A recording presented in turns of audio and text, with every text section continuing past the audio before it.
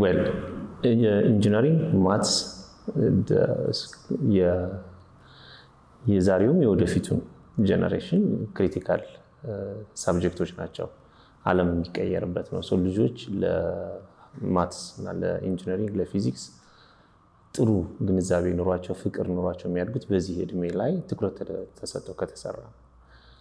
በእኛ ሀገር ባለፍንባቸው አካዳሚክ ስታተሶች ውስጥ ለእነዚህ ሃርድ ሳይንሶች ያለን አቲቲዩድ ከፕሬዘንቴሽኑ ጀምሮ የተለየ አቲቲዩድ ነው ያለን። ይከብዳል፣ ሶልቭ ለማድረግ ያስቸግራል የሚል አቲቲዩድ ነው ያለው።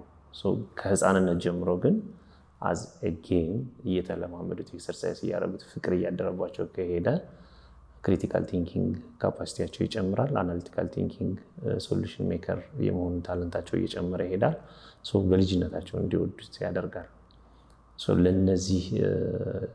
እነዚህን ታሳቢ በማድረግ ነው ወደዚህ እንዲመጡ የፈለግኩት። ሙሉ በሙሉ በሚባል ደረጃ ይሄን ግብ አሳክተዋል። አንደኛ ኢንጂነሪንግ ላይ ያላቸው ትኩረት ጨምረዋል።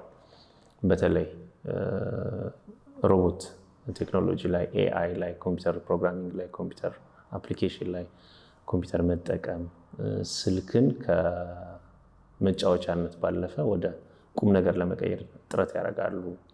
ኦንላይን ማርኬቲንግ ላይ ኢንቮልቭ ያደርጋሉ። አሁን ራሳቸውን ክሬት አድርገው ያ የፈለኩትን አቴን እንዲያደርጉ አድርጓቸዋል። ከመደበኛ የትምህርት ፕሮግራም ውጭ ሆነው ኮንሰንትሬት ያደርጋሉ። የተመረጡ ሳብጀክቶች ናቸው፣ እየተዝናኑ ነው የሚማሯቸው። እነዛ ልጆቹ ላይ ፖዚቲቭ የሆነ አቲቲዩድ ፈጥረዋል። በተለይ ኢንተራክሽናቸው፣ ኮሚኒኬሽን ስኪላቸው፣ ቋንቋ፣ ኮንፊደንስ፣ ፕሬዘንት የማድረግ ኮንፊደንሳቸው ጨምረዋል። ያወቁትን ነገር ለመግለጽ የሚያደርጉት ጥረት ውጤታማ ሆኖ አይቻሉ።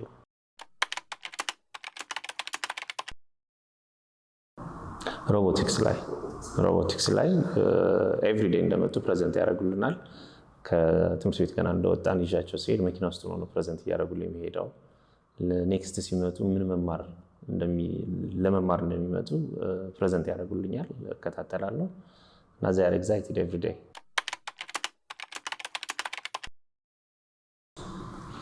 ሪኮመንድ አደርጋለሁኝ። አንደኛ ቀጣዩ ዘመን የኢንፎርሜሽን ዘመን ነው፣ የቴክኖሎጂ ዘመን ነው፣ የሳይንስ ዘመን ነው። ሳይንስ፣ ቴክኖሎጂ፣ ኢንፎርሜሽን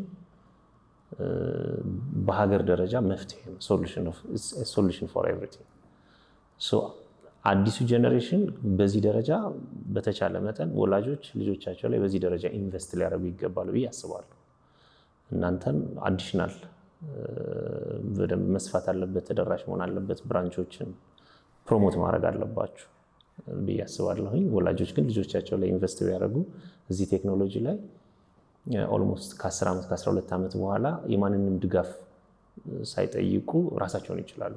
ኢኮኖሚካሊም ራሳቸውን ይችላሉ፣ ሳይኮሎጂካሊም ራሳቸውን ይችላሉ፣ ሳይንቲፊካሊም ራሳቸውን ይችላሉ። ወላጆች ቢጠቀሙበት እድሉ መልካም ነው እላለሁ።